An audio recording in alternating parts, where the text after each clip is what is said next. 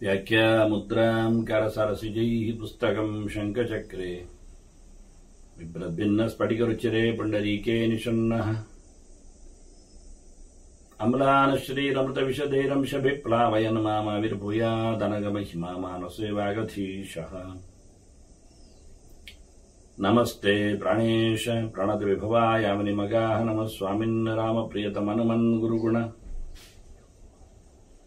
नमस्तुभ्यं भीमप्रबलतम कृष्णेष्ट भगवन् नमः श्रीमन्मुक्तु प्रदिश सुदर्शन्नो जय जय श्रीगुरुभ्यो नमः नारायणं सुरगुरुं जगदेकनाथं भक्तप्रियं सकललोकनमस्कृतं च त्रैगुण्यवर्जितमजं विभुमाद्यमीशं वन्दे भवद्ग्रहम् अमरासुरसिद्धवन्द्यं नारायणं नमस्कृत्य नरं चैव नरोत्तमं देवीं सरस्वतीं व्यासं ततो जयमुदीरे ವೇದವ್ಯಾಸರ ಮಹಾಭಾರತದ ಚಿಂತಕರಿಗೆ ವಂದನೆಗಳು. ಶಾಂತಿ ಪರ್ವದ 73ನೆಯ ಪ್ರವಚನ. ಧರ್ಮರಾಜನ ರಾಜಕೀಯದ ಪ್ರಶ್ನೆಗಳ ಬಗ್ಗೆ ಭೀಷ್ಮರ ಬಹಳ ವಿಸ್ತಾರವಾದ ಉತ್ತರ. ಎಂದಿಗೂ ರಾಜ ಯಾರ ಕೈಗೂ ಆದಷ್ಟು ಸೋಲಿನ ವಿಷಯದಲ್ಲಿ ಸಿಕ್ಕಿಬೀಳಬಾರದು. ಹಿಂದೆ ಸಂಧಿ ಯಾತ್ರೆ ಅಂದರೆ ಸೇನಾಯಾತ್ರೆ ಇದರ ಬಗ್ಗೆ ಹೇಳಿದ ಭೀಷ್ಮ ಹೇಳ್ತಾನೆ, ಆದಷ್ಟು ಪಿತೂರಿಯಲ್ಲಿ ಹೋರಾಟ ಹೇಗಿರಬೇಕು ಅನ್ನೋದರ ಬಗ್ಗೆ. ನಚವಶ್ಯೋ ಭವೇದಸ್ಯ ನೃಪಃ ಯದ್ಯಪಿ ವೀರ್ಯವಾನ್, ಗಡ್ಸಿದ್ದಾನೆ, ಆದರೂ ಬಲದಲ್ಲಿ ಇನ್ನೊಬ್ಬ ಜೋರಿದ್ದಾನೆ ಅಂದಾಗ ಸೋಲು ಗೆಲ್ಲು ಅದು ಸರಿಯಾಗಿ ಗೊತ್ತಿಲ್ಲದೆ ಹೋದರೆ, ಹಾಗಾಗಿ ಇನ್ನೊಬ್ಬ ರಾಜನಿಗೆ ಆದಷ್ಟಿವ ಸಿಗಿಬೀಳದಂತೆ ಇರಬೇಕು. ಇವನಲ್ಲಿ ಬಲ ಕಡಿಮೆಯಾಗಿದ್ರು, ಇನ್ನಷ್ಟ ಸ್ವಯಂ ತಾನು ಕಮ್ಮಿ ಅಂತ ಅರ್ಥ ಆಗಿದ್ರು ಅವನಲ್ಲಿ ಫ್ರೆಂಡಿನಾಗಿ ಇರಬೇಕು ಮೊದಲಿಗೆ. ಮತ್ತೇನ್ ಮಾಡಬೇಕು? ಬಲ ವೀರ್ಯಾಭ್ಯಾಂ ಕರ್ಷಯನ್ ತತ್ಪರೋ ವಸೇತ್, ಅವನ ಸ್ನೇಹಿತನಂತೆ ವರ್ತಿಸಬೇಕು. ಅವನ ಬೆಂಬಲಿಗರನ್ನೆಲ್ಲ ಬಡಿಲಿಕ್ಕೆ ನೋಡಬೇಕು. ಅವನನ್ನು ಆದಷ್ಟು ಸಾಮರ್ಥ್ಯಗಳಿಂದ ಕಮ್ಮಿಯಾಗುವಂತೆ, ಅವನಲ್ಲಿ ಏನಾದರೂ ಯುದ್ಧದ ಕಸುವು ಹೋಗುವಂತೆ ನೋಡಿಕೊಳ್ಳಲಿಕ್ಕೆ ಬೇಕು. ಅದಕ್ಕೆ ಮಾಡುವುದಾದ್ರೆ ರಾಷ್ಟ್ರಂಚ ಮೀಡೆಯತ್ತಸ್ಯ, ಅವನ ದೇಶಕ್ಕೆ ಏನಾದರೂ ಹಾನಿ ಮಾಡ್ತಾ ಇರಬಹುದು. ಜನರಿಗೆ ಹಾನಿ ಮಾಡುವುದು, ದೇಶಕ್ಕೆ ಹಾನಿ ಮಾಡುವುದು ಒಂದೇ. ಆದರೆ ದೇಶದ ಸಂಪತ್ತು ಪ್ರಾಕೃತಿಕವಾದದ್ದನ್ನು ಅದನ್ನು ಹೇಗೆ ಮಾಡುವುದು? ಶಸ್ತ್ರಾಗ್ನಿ ವಿಷ ಮೂರ್ಛನೈ ಹೇಳ್ತಾರೆ. ಆಯುಧಗಳಿಂದ ಕಡಿಯುವುದೇ, ಬೆಂಕಿ ಹಾಕಿ ಸುಡುವುದೇ, ವಿಷ ಹಾಕಿ ಮುಗಿಸುವುದೇ. ಹೀಗೆ ಇಂತಹ ಪಿತೂರಿಗಳನ್ನು ಮಾಡಲಿಕ್ಕೆ ಬರ್ತದೆ. ಒಬ್ಬ ತಾನು ದುರ್ಬಲನಾಗಿದ್ರೂ ಅವನ ಜೊತೆಯಲ್ಲಿ ಸೇರುವುದಿಲ್ಲ, ನನಗೂ ಸ್ವಲ್ಪ ಸಾಮರ್ಥ್ಯ ಉಂಟು ಅಂತಾಗಿದ್ರೆ ಈ ರೀತಿಯಾದ ಸಾಮರ್ಥ್ಯಗಳನ್ನು ಬೆಳೆಸಬಹುದು. ಅಮಾತ್ಯವಲ್ಲಭಾನಾಂಚ ವಿವಾದಾನ ತಸ್ಯ ಕಾರ್ಯೇತ್,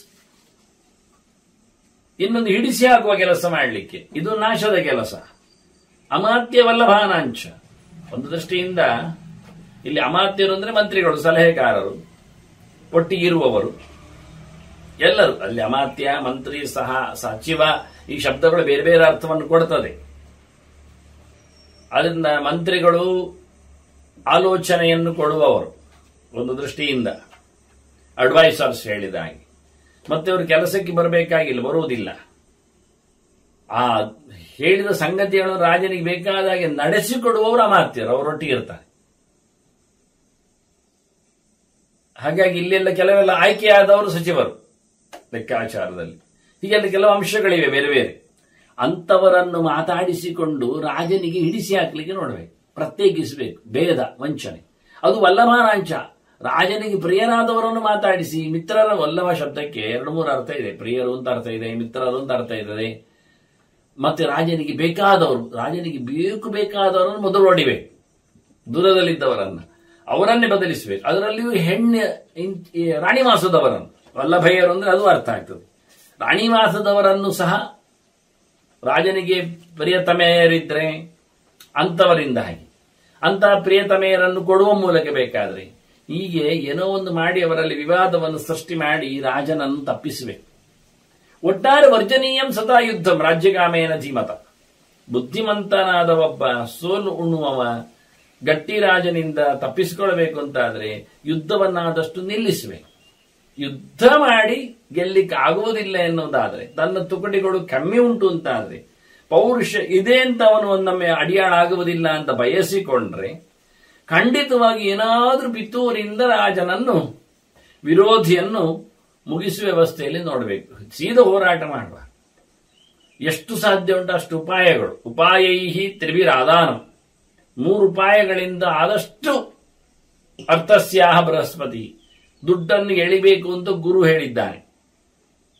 ಗುರುಗೆ ಏನು ಹೇಳಿದ್ದ ಅಂತ ಗೆರೆ ಹೇಳದಿದ್ರು ಗುರು ಹೇಳಿದ್ದಾನೆ ಅಂತ ಭೀಷ್ಮರು ಹೇಳಿಬಿಡ್ತಾರೆ. ಗುರುವಾಚಾರ್ಯರ ದೊಡ್ಡ ಮಾತೇನು ಕೇಳಿದ್ರೆ ಆದಷ್ಟು ದಂಡವನ್ನು ಪ್ರಯೋಗಿಸದೆ 3ರಿಂದಲೇ ದುಡ್ಡು ಮಾಡುವುದು.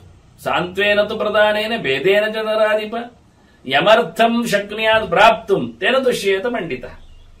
ಅಲ್ಲ, ಬಡದ್ರೆ ಪೂರ ಸಿಗ್ತದೆ, ಬಡಿದ್ರೆ ಪೂರ ಸಿಗ್ತದೆ, ಅದು ನಾಳೆ ಸಿಗುವುದಿಲ್ಲ. ಏಮಾನಿಸಿದರೆ ನಾಳೆ ಸಿಗ್ತದೆ, ಬೇಡಿದರೆ ನಾಡಿದ್ದು ಸಿಗ್ತದೆ. ನೋಡಿ, ಇಡಿಸಿ ಆಗಿದ್ರೆ ಇವತ್ತೇ ಸಿಗ್ತದೆ. ಇದೆಲ್ಲ ನಮ್ಮ ಲೋಕದಲ್ಲಿ ಪ್ಲಾನ್ಗಳು. ನೋಡಿ, ಸಾಂತ್ವೇನಜ ಹೇಳ್ತಾನೆ, ಪ್ರಧಾನೇನ ದುಡ್ಡು ಕೊಟ್ಟು ದುಡ್ಡು ಪಡೆಯುವುದು ಉಂಟು. ಇದೆಲ್ಲ ನಾವು ಲೋಕದಲ್ಲಿ ನೋಡುತ್ತೇವೆ. ಸಮಾಧಾನದಲ್ಲಿ ಬೇಡಿಕೊಳ್ಳಿಕ್ಕೆ ಬರ್ತದೆ. ನಿನ್ನ ಅಡಿಯಾಳೆ ಅಲ್ವ ನಾನು, ನೀನು ಹೇಳಿದ ಹಾಗೆ ನಮ್ಮ ರಾಜ್ಯ, ನೀನೇ ದುಡ್ಡು ಕೊಡುವುದು ನಡೆಸುವುದು ಆಯ್ತು ಅಂತ ಒಳ್ಳಿಗೆ ನೋಡಿ ಇವೆಲ್ಲ ಮಾತಾಡಿಸಿಕೊಂಡು ಯಾರ್ಯಾರು ಇಡಿಸಿ ಹಾಕಿಕೊಂಡು ಬ್ಲ್ಯಾಕ್ ಮೇಲ್ ಮಾಡುವಂಥದ್ದು. ಕೊನೆಗೆ ಎಷ್ಟರಲ್ಲಿ ಸಿಗ್ತದ 3ರಿಂದ ಸಮಾಧಾನ ಭೇದ. ಇದರಿಂದ ಎಷ್ಟು ಸಂಪತ್ತು ಬರ್ತದೆ ಅಷ್ಟರಲ್ಲೇ ತೃಪ್ತಿ ಪಡಬೇಕಂತೆ ಬುದ್ಧಿಮಂತನಾದ ರಾಜ. ಎಲ್ಲಿಯಾದ್ರೂ ದಂಡ ಹಿಡಿಲಿಕ್ಕೆ ಹೋದ್ರೆ ಇವನ ಕೈಯಲ್ಲಿದ್ದದ್ದು ಖರ್ಚಾಗುತ್ತೆ. ಗ್ಯಾರಂಟಿ ಇಲ್ಲ ಗೆಲುವು. ಇದರಲ್ಲಿ ಗ್ಯಾರಂಟಿ ಇದೆ ಗೆಲುವು. ನೋಡಿ, ಹೇಗಾದ್ರೂ ಮಾಡಿ ಮೋಸಗೊಳಿಸಿಯೋ ಜಬರ್ದಸ್ತ್ ಮಾಡಿಯೋ ಇದರಿಂದಾಗಿ ಹೇಗಾದ್ರೂ ಎಷ್ಟು ಬರ್ತ ಅಷ್ಟು ಸಾಕು ಅಂತಾನೆ. ನೋಡಿ, ಮನುಷ್ಯನಿಗೆ ಸಾಕು ಕಾಣದೆ ಬ್ಲ್ಯಾಕ್ ಮೇಲ್ ಮಾಡಿದಾಗ, ಒಬ್ಬ ಹಿಡಿದಾಗ, ಬೇಡಿಕೊಂಡಾಗ ಸಿಕ್ಕಿರ್ತದೆ. ಅಷ್ಟರಲ್ಲಿ ತೃಪ್ತನಾಗದೆ ಕೊಲೆಗೆ ನಿಲ್ತಾನೆ, ಮಂಡೆ ಹೊಡಿತಾನೆ, ಪೂರ ದೋಚುವ ಅಂತ. ಈ ದಿನಕ್ಕೊಂದು ಮೊಟ್ಟೆ ಕೊಡ್ತಾ ಇತ್ತಂತೆಲ್ಲ ಕೋಳಿ, ಅದು ಒಮ್ಮೆಲೆ ಎಲ್ಲ ಸಿಗಲಿ ತನಗೆ ಮೊಟ್ಟೆ ಅಂತ ಹೇಳಿಕೊಂಡು ಅದರ ಕೊತ್ತು ಕೊಯ್ದ ಹಾಗೆ ಹೊಟ್ಟೆ ಸೀಳಿದ ಹಾಗೆ ಇಲ್ಲೇ ಇಲ್ಲ ಇರುವುದರಲ್ಲೇ ತೃಪ್ತಿ ಮಾಡಬೇಕಾಗಿದೆ. ಹಾಗಾಗಿ ನೀನು ದಂಡ ಪ್ರಯೋಗ ಮಾಡದೆಯೇ ಸಮಾಜದಿಂದ ಇತರರಿಂದ ಹೇಗಾದ್ರೂ ಮಾಡಿ ವಸೂಲಿ ಮಾಡಲಿಕ್ಕೆ ಬರ್ತದೆ. ಇದು ಬೃಹಸ್ಪತಿಯ ವಾದ ಹೌದಾಗಿದೆ. ಹಾಗೆ ಹೇಳಿದ್ದಾನ ಅವನು 3ರಿಂದ ಅಂತ. ಮತ್ತೆ ರಾಜನಿಗೆ ಇನ್ಕಮ್ ಎಲ್ಲಿಂದ? ರಾಜನ ಕತೆ ಏನು? ಅದು ಹಿಂದೆ ಹೇಳಿದ್ದೆ, ಹೇಗಿರುತ್ತೆ ಅದು ಹೇಗ್ ಬೇಕು ಅಂತ. ಆದದೀತ ಬಲಿಂಚಾಪಿ ಪ್ರಜಾಭ್ಯ ಗುರುನಂದನ ಷಡ್ಭಾಗಂ ಅಮಿತ ಪ್ರಜ್ಞ ತಾಸಾಮೇವ ಅಭಿಗುಪ್ತೆ ಷಡ್ಭಾಗಂ ಆದದೀತ ಅಂತಾನೆ. 6ನೇ ಒಂದಂಶ ರಾಜರು ಪ್ರಜೆಗಳಿಗೆ ಟ್ಯಾಕ್ಸ್ ಹಾಕ್ಲಿಕ್ಕೆ. 6ನೇ ಒಂದಂಶ ಅಂದ್ರೆ 1 ವರ್ಷ ಡ್ಯೂಟಿ ಮಾಡಿದ್ರೆ ಒಬ್ಬ ವ್ಯಕ್ತಿ ಅದರಲ್ಲಿ 2 ತಿಂಗಳ ಪಗಾರವನ್ನು ರಾಜನಿಗೆ ಕೊಡ್ಲಿಕ್ಕೆ, 6 ತಿಂಗಳಿಗೆ 1 ತಿಂಗಳತ್ತು. ಹಿಂದಿಯಾಗಿ ಬಂದಿತ್ತಲ್ಲ, 5-6 ದನವನ್ನು ಸಾಕಿಕೊಂಡು ಅದರಿಂದ ಸಂಪತ್ತನ್ನು ಅಭಿವೃದ್ಧಿಗೊಳಿಸುವ ಅವನು 1 ದನ ತನ್ನದು ಅಂತ ಮಾಡಿಕೊಳ್ಳಿಕ್ಕೆ ಅಂತ ಹೇಳಿಕೊಂಡು ಉಪಯೋಗಿಸಿಕೊಳ್ಳುವ ರೀತಿ ಅಂತ ಅವನು ತನ್ನದಾಗಿಸಿಕೊಳ್ಳಿಕ್ಕೆ. ಇಲ್ಲಿ ಹೇಳಿದ್ದು 6ನೇ 1 ಭಾಗವನ್ನು, 5ನೇ 1 ಭಾಗ ಅಂದ್ರೆ 20%, ಇದಕ್ಕಿಂತ ಕಮ್ಮಿ ಒಂದು ಲೆಕ್ಕಾಚಾರದಲ್ಲಿ ಮಾಡ್ಲಿಕ್ಕೆ ಹೋದ್ರೆ ಅಷ್ಟಂಶವನ್ನು ರಾಜನಿಗೆ ಆತ ತಲುಪಿಸುವೆ. ಇಂತಹ ಒಂದು ಬಲಿಯನ್ನು ಪಡೆಯುವ ಮೂಲಕ ರಾಜ ಬೆಳೀತಾನೆ. ಆದ್ರೆ ಇದನ್ನೆಲ್ಲ ಜನರ ಕ್ಷೇಮಕ್ಕೋಸ್ಕರವೇ ಬಳಸಲಿಕ್ಕೆ ಆ ದುಡ್ಡು ಅವರಿಗೆ ಅರ್ಥ ಆಗಬೇಕು. ಮಾಡಿಕೊಟ್ಟ ಸವಲತ್ತುಗಳು ಕಣ್ಣಿಗೆ ಕಾಣಬೇಕು. ಆಗ ಅವರು ಚೆನ್ನಾಗಿ ತಮ್ಮ ಸಂಪತ್ತನ್ನು ಕೊಡ್ತಾರೆ. ದಶಾಧರ್ಮಗತೇಭ್ಯೋ ಯದ್ ವಸು ಬಹು ಅಲ್ಪಮೇವ ಚ ತನ್ನಾದದೀತ ಸಹಸ ಪೌರಾಣಂ ರಕ್ಷಣಾಯ. ಇಲ್ಲಿ 2-3 ಅರ್ಥದ ಛಾಯೆ ಇದೆ. ಇಲ್ಲಿ ದಶಾಧರ್ಮಗತೇಭ್ಯ ಎನ್ನುವುದು, ದಶಾಧರ್ಮ ಅಂದ್ರೆ ಈಗ ಕೊನೆಯ ಹೊತ್ತು ಅಂತ ಅರ್ಥ ಲೆಕ್ಕ ಮಾಡುದಾದ್ರೆ ಎಲ್ಲವೂ ದಶೆಗಳೇ. ಬಾಲ್ಯ ಒಂದು ದಶೆ, ಯೌವನವೂ ದಶೆ. ದಶಾಧರ್ಮಗತೇಭ್ಯ ಅನ್ನೋದ್ರಿಂದ ಎಲ್ಲಾ ದಶೆಗಳ ಧರ್ಮಗಳನ್ನು ಮುಗಿಸಿದವ ಅಂದ್ರೆ ವೃದ್ಧಾಪ್ಯಕ್ಕೆ ಬಂದವ ಅಂತಲೂ ಅರ್ಥ ಆಗ್ತದೆ. ಎಲ್ಲಾ ದಶಾಧರ್ಮಗಳನ್ನು ಹೊಂದಿದವನು. ದಶಾಧರ್ಮಗತರು ಅಂದರೆ ಬಾಲ್ಯ ದಶಾ ಧರ್ಮಗತರು ಬಾಲ್ಯದ್ದಷ್ಟೇ ಆಯ್ತು. ಇಲ್ಲಿ ದಶಾ ಅಂದ್ರೆ ಪೂರ್ಣ ಅಂತ ಅರ್ಥ. ಎಲ್ಲ ದಶಾ ಶಬ್ದದಿಂದ ಹೇಳಲ್ಪಟ್ಟದ್ದೆಲ್ಲ ಯೌವನ, ವಾರ್ಧಕ್ಯ, ಈ ಎಲ್ಲ ದಶೆಗಳ. ಮತ್ತೆ ಜ್ಯೋತಿಷ್ಯದ ಮೇಲೆ ಹೇಳಿದ್ರೆ ಅದು ಹಾಗೆ. ದಶೆ ಅಂದ್ರೆ ರವಿ ದಶೆ, ಬುಧ ದಶೆ, ಗುರು ದಶೆ ಎಲ್ಲ ಹೇಳ್ತಾರೆ. ಅವನಿಗೆ ದಶೆ ಈಗ ಶುಕ್ರ ದಶೆ ಅಂತ ಹೇಳ್ತಾರೆ, ಭಾರಿ ಸಂಪತ್ತು ಮಾಡುತ್ತಾ ಇದ್ದಾನೆ. ಅವನಿಗೆ ಶನಿ ದಶೆ, ಕೈಕಾಲು ನೋವು ಉಂಟು ಹೇಳ್ತಾರೆ ಕೆಲವೊಮ್ಮೆ. ಹಾಗೆ 9 ಗ್ರಹಗಳದ್ದು ದಶೆಗಳಿವೆ. ಅವುಗಳ ಪೂರಾ ದಶೆಯನ್ನು ನಾವು ಅನುಭವಿಸಿದ್ರೆ ಬದುಕಿನಲ್ಲಿ 120 ವರ್ಷಕ್ಕೆ ಹೋಗ್ತೇವೆ ಸುಮಾರಾಗಿ.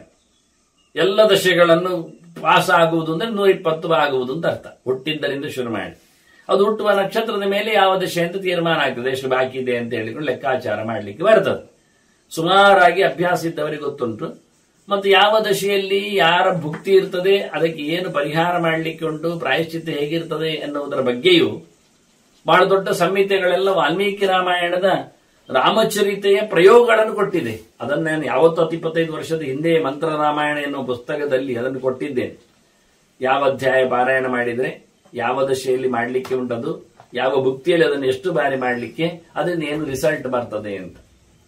ಅದು ಪ್ರಮಾಣಬದ್ಧವಾಗಿ ಪ್ರಮಾಣಗಳನ್ನೆಲ್ಲ ಹಾಕಿದ್ದೆ ನಾನಲ್ಲಿ. ಮಂತ್ರ ರಾಮಾಯಣ ಅಂತ ಹೊತ್ತಗೆಯನ್ನು ಕೊಟ್ಟಿದ್ದೆ. ಈಗ ಔಟ್ ಆಫ್ ಪ್ರಿಂಟ್ ಇನ್ನೊಮ್ಮೆ ಕೊಡಬೇಕು, ಅದು ಬೀರ್ಲಿ. ಹೀಗೆ ದಶಾಧರ್ಮಗತೇಭ್ಯ ಅಂದ್ರೆ ಒಂದು ದೃಷ್ಟಿಯಿಂದ ಸೀನಿಯರ್ ಪರ್ಸನ್ಸ್ ಅಂತ ಅರ್ಥ, ಸಿಟಿಸನ್, ಸೀನಿಯರ್ ಸಿಟಿಸನ್ಸ್ ಅಂತ ಅರ್ಥ. ಅಂತವರಿಂದ ಯದ್ವಸು ಬಹು ಅಲ್ಪಮೇವ, ಅವರಲ್ಲಿ ತುಂಬಾ ಇರಲಿ ಕಮ್ಮಿ ಇರಲಿ, ಸುಮಾರಾಗಿ ಕಮ್ಮಿ ಇರ್ತದೆ. ಅವರಿಗೆ ವೃತ್ತಿ ಮಾಡಲಿಕ್ಕೆ ಜಾಗದೇ ಇರುವುದರಿಂದ ಸಂಪಾದನೆ ಕಡಿಮೆ. ವೇದದ ವೃತ್ತಿ ಆಗಿರಲಿ, ಪೌರೋಹಿತ್ಯವೇ ಆಗಿರಲಿ, ಪೂಜೆ ಪ್ರಕಾರಗಳೇ ಇರಲಿ, ಅದೊಂದು ವಿಷಯ. ಇನ್ನೊಂದು, ಅಂತವರಲ್ಲಿ ಇಲ್ಲೇ ಇರಲಿಲ್ಲ, ವೈಶ್ಯರಲ್ಲಿ ಕ್ಷತ್ರಿಯರಲ್ಲಿ ಮಾತ್ರ ಅಂತ ಹೇಳಿಕೊಂಡರು, ಉಳಿದವರಲ್ಲಿಯೂ ವಯೋದೋಷದಿಂದ ಅವನಿಗೆ ಹೆಚ್ಚು ದುಡಿಲಿಕ್ಕೆ ಆಗುವುದಿಲ್ಲ. ಆದ್ರಿಂದ ಅಲ್ಪವಾಗಿ ಇರ್ತದೆ. ಅವನ ಹೆಚ್ಚಿರಲಿ ಕಮ್ಮಿ ಇರಲಿ, ತಗೊಳ್ಳಿಕ್ಕೆ ಹೋಗಬೇಡ ಅಂದ. ತನ್ನಾದದೀತ ಸಾಹಸ, ಕೂಡಲೇ ಅವರನ್ನು ಕೊಡಲಿಲ್ಲ ಅಂದರೆ ಸುಮ್ಮನೆ ಇರು, ಕೊಡ್ಲೇಬೇಕು ಅಂತ ಒತ್ತಾಯ ಮಾಡ್ಲಿಕ್ಕೆ ಹೋಗ್ಬೇಡ, ಕೊಟ್ಟಾಗ ತಕೋ, ಏನಿದ್ರು ಪೌರಾಣಂ ರಕ್ಷಣಾಯವೆ, ಇದೆಲ್ಲ ಜನರ ಉದ್ದೇಶಕ್ಕೆ ಅನ್ನೋದು ಅರ್ಥ ಆಗಿದೆ. ದಶ ಅಂದ್ರೆ ಬತ್ತಿ ಅಂತ ಅರ್ಥ ಒಂದುಂಟು. ಎಣ್ಣೆ ಬತ್ತಿ, ಆರತಿ ಬತ್ತಿ, ವರ್ತಿಕಾ. ದಶಾಧರ್ಮಗತೇಭ್ಯ ಅಂದಾಗಿಲ್ಲ. ಆರತಿ ಅಥವಾ ಬತ್ತಿ, ಎಣ್ಣೆಯ ಬತ್ತಿ, ದೀಪದ ಬತ್ತಿ, ಅದು ದೀಪ ಉರಿತಾ ಇರ್ತದೆ. ಹೇಗೆ ಆ ಬತ್ತಿ ಇಟ್ಕೊಳ್ತದೆ ಹೇಳಿ? ಬತ್ತಿಯು ಉರಿಯುವಾಗ, ಬೆಳಕನ್ನು ಕೊಡುವಾಗ ಎಣ್ಣೆಯನ್ನು ಹೇಗೆ ಎಳಿತದೆ? ದೀಪದ ತಟ್ಟೆಯಲ್ಲಿ ನಾವು ಬತ್ತಿ ಹಾಕಿರ್ತೇವೆ, ಅದರಲ್ಲಿ ಎಣ್ಣೆ ತುಂಬಿಸಿರ್ತೇವೆ ಕುತ್ತಿಗೆವರೆಗೆ. ಆದ್ರೆ ಬತ್ತಿ ಏನು ಕುತ್ತಿಗೆವರೆಗೆ ಹಾಕಿದ್ದಾನೆ ಅಂತೇಳಿ ತುಂಬ ಕುಡಿದು ಬಿಡ್ತದ? ಮತ್ತೆ ಪಾದಸ್ಥಾನಕ್ಕೆ ಬಂದಾಗ ಮೆಲ್ಲ ಕುಡಿಬೇಕು ನೋಡ್ತದದು? ಇಲ್ಲ. ನಾವಾದ್ರೆ ನೋಡಿ, ಒಂದು ಕಪ್ಪು ತುಂಬ ರಸಾಯನ ಜ್ಯೂಸು ಕೊಟ್ರೆ ಮೊದಲು ಒಮ್ಮೆಲೆ ಗುಡುಕ್ ಕೇಳಿ ಅರ್ಧದವರೆಗೆ ಒಮ್ಮೆಲೆ ಬಾಯೊಳಗೆ ಹೋಗ್ತದೆ. ಬಾಯಾರಿಕೆ ಆಗಿರ್ತದೆ, ಮೂಗು ಚುರುಕಿ ಇರ್ತದೆ, ಬಾಯು ದೊಡ್ಡದಾಗ್ತದೆ. ಒಮ್ಮೆಲೆ ಅರ್ಧ ಮುಕ್ಕಾಲು ಕುಡಿತೇವೆ, ಮತ್ತೆ ನಿಧಾನ ಕುಡಿತೇವೆ, ಮತ್ತೆ ಇದ್ದದ್ರಲ್ಲಿ ಅರ್ಧ, ಮತ್ತೆ ಪುನಃ ಕೆಳಗಿದ್ರಲ್ಲಿ ಅರ್ಧ, ಕಡೆಗೆ ಪಸೆಯನ್ನು ಮಾತ್ರ ನಾಲಿಗೆ ಹಾಕಿ ಕುಡಿದ ಹಾಗೆ. ಅಂದ್ರೆ ಮೊದಲು ಒಮ್ಮೆಲೆ ಸ್ಪೀಡ್ ಆಗಿ ನಾವು ಅದನ್ನು ಸ್ವೀಕಾರ ಮಾಡುತ್ತೇವೆ, ಮತ್ತೆ ನಿಧಾನಕ್ಕೆ ಹೋಗ್ತದೆ ಅಂತ. ಅದಕ್ಕೆ ಇವರು ಹೇಳ್ತಾರೆ, ಹಾಗೆ ಎಣ್ಣೆ ಮಾಡ್ತದ ದೀಪ ಹತ್ತಿದ ತಕ್ಷಣ, ನಾವು ಒಂದು ಗುಡತ ಎಣ್ಣೆ ಹಾಕಿದ ತಕ್ಷಣ ಒಮ್ಮೆಲೆ ಗುಳುಮ್ಮು ಕುಡಿದು ದೊಡ್ಡ ಬೆಳಕನ್ನು ಕೊಡುವುದಿಲ್ಲ. ದೀಪದ ಬತ್ತಿಯ ಧರ್ಮ ಹೇಗೆ? ಎಷ್ಟಿದ್ದರೂ ನಿಧಾನಕ್ಕೆ ಸೇವಿಸುವುದು, ನಿಧಾನಕ್ಕೆ ಸೇವಿಸಿ ಬೆಳಕನ್ನು ನಿರಂತರ ಕೊಡುವುದು. ಹಾಗೆ ರಾಜ ಏನ್ ಮಾಡಬೇಕು ಅಂದ್ರೆ, ಇಂಥವರಿಂದ ಇಂಥವರಂತವರಂತಿಲ್ಲ, ಅವನು ದಶಾಧರ್ಮಗತೇಭ್ಯ, ಲೋಕದ ಮಂದಿಯ ದುಡ್ಡು ಸಂಪಾದನೆ ಮಾಡುವ ರೀತಿ ಹಾಗಿರ್ತದೆ. ನಾವು ಆದ್ರಿಂದ ಅವರಲ್ಲಿ ನಿಧಾನ, ತನ್ನಾದದೀತ ಸಾಹಸ ಅಂತ ಕೂಡ್ಲೆ ತಗೊಳ್ಬೇಡ. ಚೂರ್ ಚೂರೆ ಬತ್ತಿಯಾಗಿ ಚೂರೆ ತಗೋ, ಪೂರ ತೆಗಿ, ಇವತ್ತಲ್ಲ ನಾಳೆ, ಇನ್ನೊಂದು ದಿವಸ, ಇಷ್ಟು ಸುಮಾರು ಅವಧಿಯ ಮೂಲಕ. ಹೀಗೆ ಬಹಳ ಚಂದವಾಗಿ ಇದು ಒಂದು ಅರ್ಥ. ಸುಮಾರು ಅರ್ಥಗಳಿಂದ ಶಬ್ದಗಳನ್ನು ಭೀಷ್ಮ ಉಲ್ಲೇಖ ಮಾಡಿದ್ದಾನೆ. ಒಟ್ಟಾರೆಯಾಗಿ ಸಮಾಜದಿಂದ ಅವರನ್ನು ತುಂಬಾ ಘಾಸಿಗೊಳಿಸದೆ, ಆದ್ರಿಂದ ಅವರಿಂದ ಪ್ರತಿಭಟಿಸಬೇಕಾದನ್ನು ಪಡೆದುಕೊಂಡು ಅವರ ರಕ್ಷಣೆಗಾಗಿ ವಿನಿಯೋಗಿಸಿಕೊಳ್ಳುವ ಕೆಲಸ ರಾಜ ಮಾಡಬೇಕು. ಮಕ್ಕಳ ಅಂದ್ರೆ ಪ್ರಜೆಗಳ ರಕ್ಷಣೆ ಎಂದಾಗ ಹೇಗೆ ಹೇಳಿದ್ರೆ, ಯಥಾ ಪುತ್ರ ತಥಾ ಪೌರಾ ದ್ರಷ್ಟವ್ಯಾಸ್ತೆ ನ ಸಂಶಯ. ಮಕ್ಕಳಂತೆ ನೋಡಿಕೊಳ್ಳಿಕ್ಕೆ.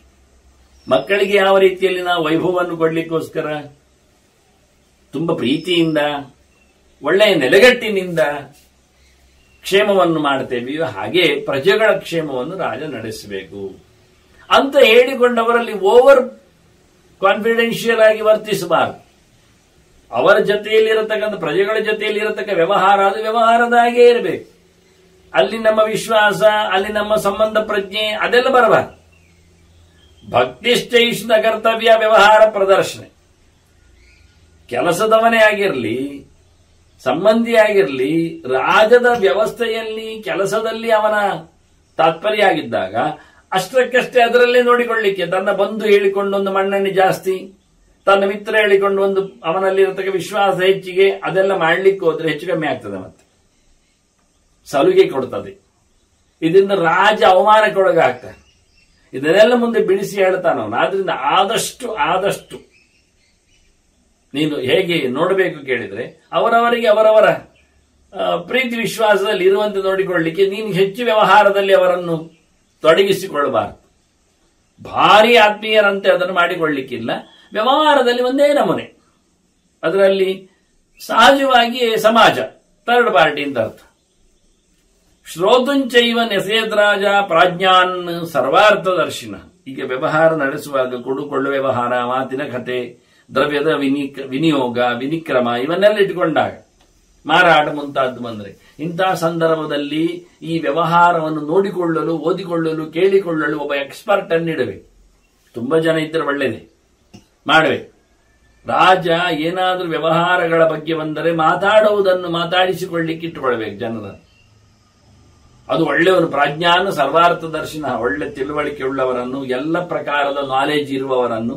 ವ್ಯವಹಾರೇಶು ಸತತಂ ತತ್ರ ರಾಷ್ಟ್ರ ಪ್ರತಿಷ್ಠಿತ. ಸಾಮಾಜಿಕ ವ್ಯವಹಾರಗಳಲ್ಲಿ ಒಳ್ಳೆ ತಿಳಿದವರು, ನೀತಿಶಾಸ್ತ್ರಜ್ಞರಿದ್ರೆ ರಾಜ್ಯ ಪ್ರತಿಷ್ಠೆ ಆಗ್ತದೆ, ನೆಲೆಗೊಳ್ತದೆ. ಇಲ್ಲಾದ್ರೆ ರಾಜ್ಯ ಬೋಳಾಗಿ ಹೋಗ್ತದೆ. ಅದನ್ನ ವ್ಯವಹಾರ ಏನು ವ್ಯವಹಾರಾಧ್ಯಾಯ ಅಂತೇಳಿ ಸ್ಮೃತಿಕಾರರು ಖಂಡಾವಟ್ಟೆ ದೊಡ್ಡ ಮಟ್ಟಿನಲ್ಲಿ ಚಿಂತನೆ ಮಾಡುತ್ತಾರೆ. ಅದನ್ನ ವ್ಯವಹಾರದಲ್ಲಿ ಬಂದಾಗ ರಾಜ ಏನು ನೋಡ್ಲಿಕ್ಕಿಲ್ಲ. ವ್ಯವಹಾರಸ್ಯ ಲೋಪೇನ ಕುತಃ ಸ್ವರ್ಗ ಕುತೋ ಯಶಃ ಅಂತ. ವ್ಯವಹಾರದಲ್ಲಿ ತಪ್ಪಿದವ, ಹೆಚ್ಚು ಕಮ್ಮಿ ಆದವನಿಗೆ ಈ ಲೋಕವೂ ಸಿಗುವುದಿಲ್ಲ, ಮುಂದಿನ ಲೋಕಕ್ಕೂ ಪ್ರಯಾಣ ಇಲ್ಲ. ಲೋಕದಲ್ಲಿ ಜನ ಅವರ ಬಗ್ಗೆ ಕೀರ್ತಿಯನ್ನು, ಯಶಸ್ಸನ್ನು ಹಾಡುವುದಿಲ್ಲ, ತಿಳಿಸುವುದಿಲ್ಲ, ಅವನು ಪಾಪ್ಯುಲರ್ ಆಗುವುದಿಲ್ಲ. ಆದ್ರಿಂದ ವ್ಯವಹಾರದಲ್ಲಿ ಬಹಳ ಚೆನ್ನಾಗಿ ಇರಬೇಕು ಅವನು. ಹಾಗೆಲ್ಲ ಮೋಸ ಆಗಲಿ ಅದು ಉದಾರತೆ ಆಗಲಿ ಅದೆಲ್ಲ ಬರ್ಲಿಕ್ಕಿಲ್ಲ. ಯಾರಾದ್ರೂ ಹಾಗೆ ವ್ಯವಹಾರ ಅಂದ್ರೆ ವ್ಯವಹಾರ ನೇರ, ಇದನ್ನು ನಡೆಸಬೇಕು ಅಂತಾನೆ. ಮತ್ತೆ ಬೇಕಾದ ಆಯಾ ಪ್ರದೇಶಗಳಲ್ಲಿ ಹೆಚ್ಚು ಬರುವ ಆದಾಯಗಳ ಮೂಲಗಳಲ್ಲಿ ತನ್ನವರನ್ನೇ ನಿಲ್ಲಿಸುವೆ. ಇದು ಕಷ್ಟ. ತನಗೆ ಬೇಕಾದವರನ್ನು ನಿಲ್ಲಿಸುವುದನ್ನೇನರ್ಥ? ಅವನು ಹೇಳುತ್ತಾನೆ, ಆಕರೆ ಲವಣೆ ಶುಲ್ಕೆ ತರೆ ನಾಗಬಲೆ ತತ ನೆಸೇತ್ ಅಮಾತ್ಯಾನ್ ನೃಪತಿ. ಒಳ್ಳೊಳ್ಳೆ ಮಂತ್ರಿಗಳನ್ನು ತಿಳಿದವರನ್ನು ನಿಲ್ಲಿಸಬೇಕು. ಸ್ವಾರ್ಥಾಂಚ ಪುರುಷಾನ್ ಹಿತಾನ್, ತನಗಿಷ್ಟ ಆದವರಂತಹ ಜನರನ್ನು ಹಾಕಬೇಕು. ಮೊದಲಿಗೆ ತಿಳಿದವರನ್ನ ಹಾಕಬೇಕು. ಅದರಲ್ಲಿಯೂ ತನ್ನ ಜನರನ್ನು ಹಾಕಿದ್ರೆ ಇನ್ನೂ ಚಂದ. ಅದು ತನ್ನವರು ಇರಬೇಕಲ್ಲಿ. ಆಗ ಅವರಿಗೆ ಕರಾರುವಾಕ್ಕಾಗಿ ಎಲ್ಲೆಲ್ಲಿ ಆ ಕರೆ ಅಂತಾನೆ. ಈ ಲೋಹದ ಅದಿರು ತೆಗೀತಕ್ಕಂಥ ಜಾಗಗಳಲ್ಲೆಲ್ಲ ಗಣಿಗಾರಿಕೆಯಲ್ಲಿ ರಾಜ ತನ್ನವರನ್ನ ಹಾಕಿಸ್ಲಿಕ್ಕೆ, ತಿಳಿದವರನ್ನೆಲ್ಲ ಹಾಕ್ಲಿಕ್ಕೆ. ಯಾಕೆ ಎಷ್ಟು ಮೂಲ ಬರ್ತದೆ, ಎಷ್ಟು ಸಂಪತ್ತು ಒಟ್ಟಾಗ್ತದೆ ಗೊತ್ತಾಗ್ತದೆ. ಇಲ್ಲ ಹಿಡಿಸಿ ಹಾಕ್ತಾರೆ. ಹಿಂದೆ ಇತ್ತು ಗಣಿಗಾರಿಕೆ. ನೋಡಿ, ಗಣಿಗಾರಿಕೆ ಸರ್ಕಾರ ಪಬ್ಲಿಕ್ಗೆ ವಹಿಸಿ ಕೊಡಬಾರದು. ಇವರ ಲೆಕ್ಕಾಚಾರ ಪ್ರಕಾರ ತನ್ನ ಮಂತ್ರಿಗಳಲ್ಲೇ ನೋಡಿಸಿಕೊಳ್ಳಬೇಕು. ಇಲ್ಲಾದ್ರೆ ತನಗೆ ಬೇಕಾದವರನ್ನು ಹಾಕಿಕೊಂಡು. ಲವಣೆ ಉಪ್ಪು ತಯಾರಿಸುವಲ್ಲಿಯೂ ಹಾಗೆ. ಉಪ್ಪಿನಿಂದ ಅನೇಕ ವ್ಯವಸ್ಥೆಗಳಾಗಲಿಕ್ಕೆ ಉಂಟು, ಅದು ಹೇಳಬಾರದು. ಅದರಿಂದ ಮದ್ದುಗುಂಡುಗಳ ತಯಾರಿಕೆಯಲ್ಲಿಯೂ ಅದಕ್ಕೆ ಪಾತ್ರ ಇದೆ. ಮತ್ತೆ ಅದನ್ನು ವಿಷ ತಯಾರಿಸುವಲ್ಲಿಯೂ ಅದನ್ನು ಉಪಯೋಗಿಸಿಕೊಳ್ಳಿಕ್ಕಾಗತ್ತೆ. ಅದರಿಂದ ಉಪ್ಪು ತಯಾರಿಕೆಯಲ್ಲಿ ಗಮನ ಇರಲಿ ರಾಜನಿಗೆ ಅಂತಾನೆ. ತನ್ನವರನ್ನು ನಿಲ್ಲಿಸಬೇಕು, ತನಗೆ ಬೇಕಾದವರನ್ನು ಅಂತ. ಅದು ದುಡ್ಡಿನ ದೊಡ್ಡ ಆದಾಯ ಮೂಲ ಅದು ಒಂದು ಲೆಕ್ಕದಲ್ಲಿ. ಯಾಕೆ ಉಪ್ಪಿಲ್ಲದೆ ಯಾರು ಬದುಕುವುದೇ ಇಲ್ಲ. ಮತ್ತೆ ಶುಲ್ಕೆ ಅಂತಾನೆ, ಟ್ಯಾಕ್ಸ್ ಸಂಗ್ರಹ ಮಾಡುವಲ್ಲಿಯೂ, ತೆರಿಗೆ ಪಡೆಯುವುದರಲ್ಲಿಯೂ ರಾಜನೇ ಸ್ವಯಂ ಇರಬೇಕು ತನ್ನ ಜನರನ್ನೇ. ಇಲ್ಲಾಂದ್ರೆ ಅವರು ಸರಿಯಾಗಿ ಕಟ್ಟುವುದಿಲ್ಲ, ಕಮ್ಮಿ ಕಟ್ತಾರೆ, ಕಟ್ಟಿದ್ದ ನೀವು ನುಂಗಿ ಹಾಕ್ತಾನೆ ಬೇರೆ. ಹೀಗಾಗಿ ಒಳ್ಳೆ ವಿಶ್ವಾಸಿಯನ್ನು ಇಡ್ಲಿಕ್ಕೆ ಉಂಟು. ಇನ್ನು ತರೆ ಅಂದ್ರೆ ದೋಣಿ. ಒಂದು ನೀರಿನ ಆಶಯದಿಂದ ಇನ್ನೊಂದು ಜಾಗಕ್ಕೆ ಹೋಗ್ಬೇಕಾದ್ರೆ ಹಿಂದೆಲ್ಲ ರಾಜನ ದೋಣಿಗಳೇ ಇರಬೇಕಲ್ಲಿ. ಯಾರು ಹೋದ್ರು ಯಾರು ಬಂದ್ರು ಗಮನಿಸ್ಲಿಕ್ಕೆ, ಎಲ್ಲಿಂದ ಎಲ್ಲಿ ಬಂದಿದ್ದಾರೆ, ಏನ್ ಮಾಡಿಸ್ತಾರೆ, ಇಲ್ಲಿ ಒಂದು ಗಮನಿಕೆಗೋಸ್ಕರ ಆ ರೀತಿಯಾಗಿ ಟ್ರಾನ್ಸ್ಪೋರ್ಟ್ ಅಲ್ಲಿ ಇದು ದೊಡ್ಡ ನೀರಿನ ವಿಷಯ ಅಂದ್ರೆ ದೊಡ್ಡದು. ಆಗ ರಸ್ತೆಯಲ್ಲಿ ಎಲ್ಲಿಯಾದ್ರೂ ಜನರು ಅವರದ್ದೇ ವಾಹನ ಇರುವುದಲ್ಲ, ಅವರು ತಪಾಸಣೆ ಆಗ್ತದೆ. ಇಲ್ಲಿ ತಪಾಸಣೆಯ ಪ್ರಶ್ನೆ ಕಮ್ಮಿ ಇರ್ತದೆ. ಅದನ್ನ ತರೆ ಅಂತ ಹೇಳ್ತಾನೆ. ಅದರೊಟ್ಟಿಗೆ ನಾಗವಲೆ ತಥ ಆನೆಯ ನೋಡುವಿಕೆಯಲ್ಲಿ. ಇನ್ನು ಕುದುರೆ ಉಂಟು ಲಯದಲ್ಲಿ, ಆಡು ದನಗಳು ಕುರಿಗಳಿರ್ಬೋದು, ಅದು ದೊಡ್ಡ ಸಂಗತಿ. ಅದು ಹೋರಾಟದಲ್ಲಿ ನಾಗಬಲವೇ ಜೋರು, ಆನೆ ಬಲ. ಆ ಆನೆ ಬಲವನ್ನು ಚೆನ್ನಾಗಿ ನೋಡಿಕೊಳ್ಳುವವನು ತನ್ನವನೇ ಆಗಬೇಕು. ಯಾಕೆಂದ್ರೆ ನಾಳೆ ಮತ್ತೆ ಅರಮನೆ 100 ಆನೆಗಳನ್ನು ರಾಜನ ಮೇಲೆ ಪ್ರಜೆಗಳ ಮೇಲೆ ಒಂದೊಮ್ಮೆವ ಸೇನಾಪತಿ ತನ್ನನ್ನು ಅಂಕೆಯಲ್ಲಿ ಪಡೆದು ಮಾಡಿಕೊಂಡ್ರೆ ಅದಾಗುವುದಿಲ್ಲ. ಅಂದಿಷ್ಟು ಕಡೆಗಳಲ್ಲಿ ಎಲ್ಲ ತನಗೆ ಬೇಕಾದವರನ್ನು ಮಂತ್ರಿಗಳನ್ನೇ ಚೆನ್ನಾಗಿ ರಾಜ ನಿಯೋಗಿಸಬೇಕು. ಮತ್ತೆ ತಪ್ಪಿದರೆ ಚೆನ್ನಾಗಿ ಶಿಕ್ಷೆ ಕೊಡಬೇಕು. ಸಮ್ಯಕ್ ದಂಡಧರಃ ನಿತ್ಯಂ ರಾಜಧರ್ಮ ಮಹಾಪ್ರಿಯ. ಎಲ್ಲ ವಿಷಯದಲ್ಲಿಯೂ ಉಗ್ರವಾದ ದಂಡ ನೀತಿಯನ್ನು ಸಹಜವಾಗಿಯೇ ಒಪ್ಪಿಕೊಂಡವ ರಾಜ ಮಾಡಿದ್ರೆ ಎಲ್ಲ ಕಡೆಯಲ್ಲಿ ಸಹ ರಾಜಕತೆ ಉಳಿಯುತ್ತೆ, ಮೆರೆಯುತ್ತೆ ರಾಜಧರ್ಮ. ಮತ್ತೆ ರಾಜ ಸುಮ್ಮನೆ ಇರಬಾರದು. ಖಾಲಿ ಯುದ್ಧ ಪಿತೂರಿ ಇದ್ರಲ್ಲಿ ಅಲ್ಲ. ವೇದಾಂಗವಿತ್ ಪ್ರಾಜ್ಞ ಸುತಪಸ್ವಿ ನೃಪಃ ಭವೇತ್. ರಾಜ ಒಳ್ಳೆ ತಪಸ್ಸು ಮಾಡಬೇಕು. ಶಾರೀರಿಕವಾದ ತಪಸ್ಸು, ಹೆಚ್ಚು ತಿನ್ನದೆ, ಮಾನಸಿಕವಾಗಿ ತಪಸ್ಸು, ಉದ್ವೇಗಗೊಳ್ಳದೆ, ವಾಚಿಕವಾದ ತಪಸ್ಸು, ಶಾಸ್ತ್ರವನ್ನು ವಿನಯದಿಂದಲೇ ತಿಳಿಸುವ ರೀತಿಯಲ್ಲಿ. ಹೀಗಾಗಿ ಎಲ್ಲ ಪ್ರಕಾರದ ತಪಸ್ಸನ್ನು ಮಾಡುವ ಮೂಲಕ ರಾಜ ಒಳ್ಳೆ ಅಧ್ಯಯನ ಮಾಡುತ್ತಾ ವೇದಾಂಗಗಳನ್ನೆಲ್ಲ ತಿಳ್ಕೊಳ್ಬೇಕು. ಅವನು ಕಮ್ಮಿ ಅಲ್ಲ ನೋಡಿ. ಜನಕಾದಿಗಳೆಲ್ಲ ಇದ್ದ ಹಾಗೆ, ದೊಡ್ಡ ದೊಡ್ಡ ರಾಜರೆಲ್ಲ ಸೇರಿಕೊಂಡ ಹಾಗೆ ಇವನು ಸಹ ಒಳ್ಳೆಯ ರೀತಿಯಿಂದ ಕಲಿಯುವವನಾಗಬೇಕು. ದಾನಶೀಲಷ್ಟ ಸತತಂ ಯಜ್ಞಶೀಲಷ್ಟ ಭಾರತ. ದಾನ ಧರ್ಮಗಳನ್ನು ಮಾಡಬೇಕು, ಯಜ್ಞಗಳನ್ನು ಮಾಡಬೇಕು, ದೇವತೋದ್ದೇಶನ ಒಳ್ಳೆಯ ರೀತಿಯಿಂದ ದ್ರವ್ಯ ತ್ಯಾಗವನ್ನು, ಅಗ್ನಿಕಾರ್ಯಾದಿಗಳನ್ನು ಮಾಡಲಿಕ್ಕೆ ಉಂಟು. ಅಂದ್ರೆ ರಾಜ ಯಾಜ್ಞಿಕನಾಗಲಿಕ್ಕೆ ಇದೆ, ದಾನಿ ಆಗಬೇಕಿದೆ, ತಪಸ್ಸು ಮಾಡಲಿ. ನೋಡಿ, ಯಜ್ಞ ದಾನ ತಪಸ್ಸು 3 ಬಂತು. ಯಾವುದನ್ನು ಕೃಷ್ಣ ಬಿಡಬಾರದು ಹೇಳಿದ್ದಾನೋ ಅದನ್ನು ಭೀಷ್ಮ ಹೇಳುವ ರೀತಿ ಹೀಗಿದೆ. ಯಜ್ಞದಾನ ತಪಸ್ಸನ್ನು ಮಾಡುವ ರೀತಿಯಲ್ಲಿ ಒಬ್ಬ ರಾಜ ಇದ್ರೆ ಅದರಲ್ಲಿ ತಪಸ್ಸು ಅಂದ್ರೆ ಪೂರ ಬಂತು. ಇನ್ನೊಂದು ಮುಖ ತಪಸ್ಸಿದ್ದು ಕಲಿಯುವುದು, ತಪ ಆಲೋಚನೆ ಅಂತ ಚಿಂತನೆ. ಒಂದು ತಪ ಸಂತಾಪ ಎಂದು ದೇಹವನ್ನು ದಂಡಿಸುವುದು. ಶಾರೀರಿಕವಾದ ತಪಸ್ಸು ಅದಾದ್ರೆ ಇದು ಒಂದು ಲೆಕ್ಕದಿಂದ ಮಾನಸ ಮತ್ತು ವಾಚಿಕವಾದ ತಪಸ್ಸು. ಅದನ್ನೆಲ್ಲ ಮಾಡಲಿಕ್ಕೆ ಎಲ್ಲ ಮುಖದ ಇದು ರಾಜನಿಗೆ ಹೇಳಿಸಿದ್ದು ಅಂತಾರೆ. ಮತ್ತೆ ರಾಜ ಒಂದೊಮ್ಮೆ ತಾನು ಸಂಕಟ ಪಟ್ಟರೆ,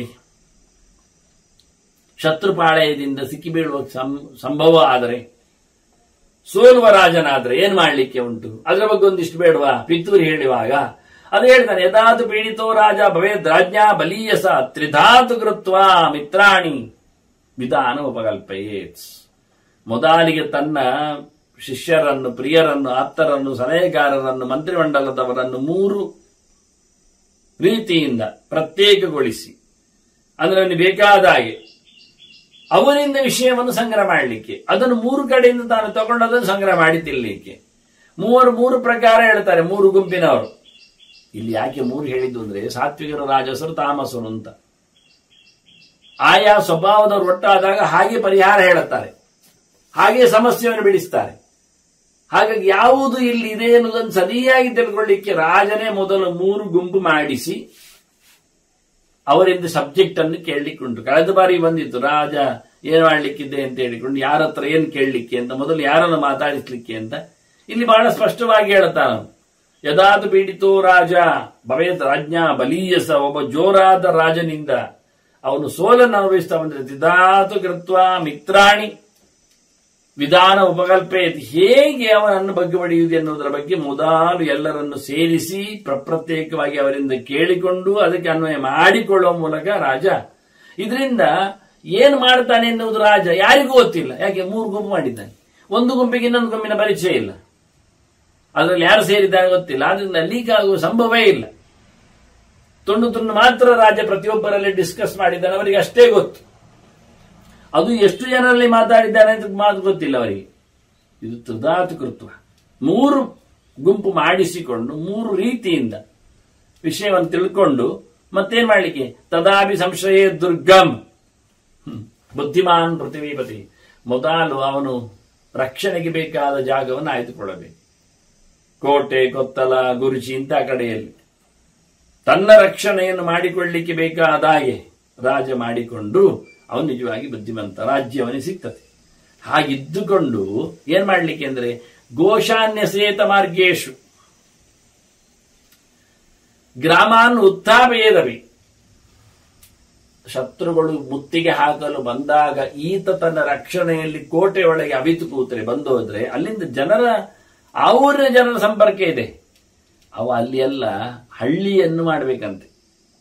ವೈಶ್ಯರನ್ನು, ದನ ಕುರಿ ಕಾಯುವವರನ್ನ ಹಾಕಿ ಬಿಡಬೇಕು, ಅವುಗಳನ್ನೆಲ್ಲ ಬಿಡಬೇಕು. ದನ ಎಲ್ಲ ಹಿಂಡು ಬಂದು ಬಿದ್ದಾಗ ಯುದ್ಧ ಮಾಡ್ಲಿಕ್ಕೆ ಆಗುವುದಿಲ್ಲ, ಮುನ್ನುಗ್ಗಲಿಕ್ಕೆ ಆಗುವುದಿಲ್ಲ.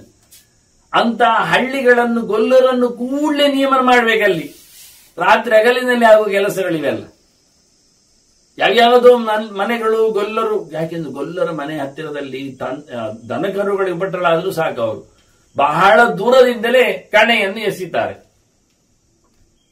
ದಂಡ ಪ್ರಯೋಗಕ್ಕೆ ಅವರ ದಂಡ ಉಂಟು, ಮೇಯಿಸುವಂಥದ್ದು, ಅದರಲ್ಲಿ ಯುದ್ಧಕ್ಕೆ ತಯಾರಾಗ್ತಾರೆ.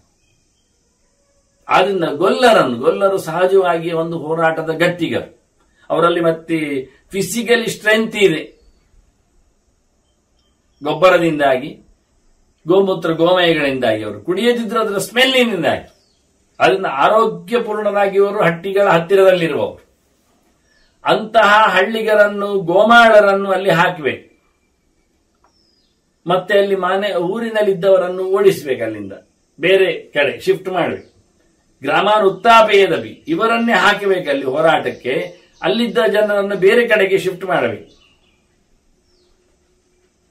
ಮತ್ತೆ ಒಂದು ದೃಷ್ಟಿಯಿಂದ ಆ ಸೈನ್ಯವನ್ನು ಒಳಗೆ ಬಿಡಬೇಕು. ಪ್ರವೇಶ ಹೆಚ್ಚ ತಾನು ಸರ್ವಾನ್, ಬಹಳ ಚೆನ್ನಾಗಿ ಶಾಖಾ ನಗರಕೇಶ್ವಿ, ಆ ಹಳ್ಳಿಯಲ್ಲಿದ್ದ ಜನರನ್ನು ಊರಿನಲ್ಲಿ ತುಂಬಿಸಿ ಅವರನ್ನು ಕುಳ್ಳಿರಿಸಿ, ಬ್ರಾಂಚಸ್ಗಳು ಅಂತಾರೆ. ಊರಿನಲ್ಲಿ, ನಗರದಲ್ಲಿ ಕೆಲವೆಲ್ಲ ವೇಕೆಂಟ್ ಮನೆಗಳಿರ್ತವೆ, ಖಾಲಿ ಹೌಸ್ಗಳು, ಅಂತ ಕಡೆಯಲ್ಲೆಲ್ಲ ನಿವೇಶನಗಳಲ್ಲಿ ಅವರನ್ನು ಹಾಕಿ ತಾನು ಬರತಕ್ಕಂತ ವೈರಿಗಳ ಆಕ್ರಮಣದಲ್ಲಿ ತಾನು ನೋಡಬೇಕು ಹೇಗಿರ್ತಾನೆ ಅಂತ. ಒಳ್ಳೆ ಲೆಕ್ಕಾಚಾರ ಮಾಡಬೇಕು. ಅವರು ಬರುವ ದಾರಿಯಲ್ಲಿ ಎಲ್ಲ ಅವರ ಪ್ರಾಣಿಗಳಿಗೆ ತಿನ್ಲಿಕ್ಕೆಲ್ಲ ಸಿಗಬಾರದು.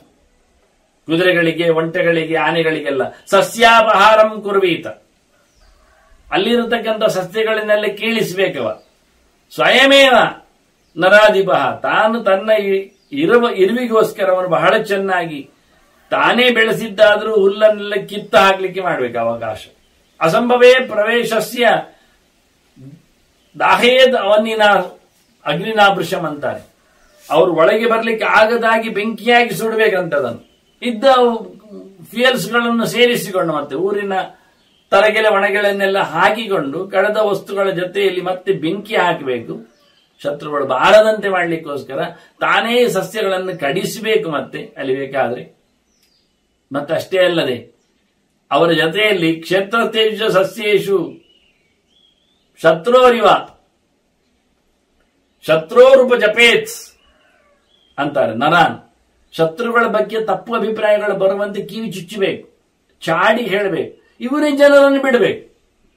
ಇವರ ಜನರಿಂದಲೇ ಅವರ ಜನರ ಹುಳುಕುಗಳನ್ನು ಅವರಿಗೆ ಹೇಳಿಸುವುದು, ಅವರ ಜನರಂತೆ ವೇಷ ಹಾಕಿ ಗೊತ್ತಾಗದಾಗಿ ಇದನ್ನು ಮಾಡಲಿಕ್ಕೆ ಉಂಟು ಅಂತಾನೆ. ಇದು ಭೇದದ ಕಥೆಗಳಿದ್ದ ಹಾಗೆ ಒಂದು ಲೆಕ್ಕದಲ್ಲಿ ಅವರ ಜೊತೆಯಲ್ಲಿ.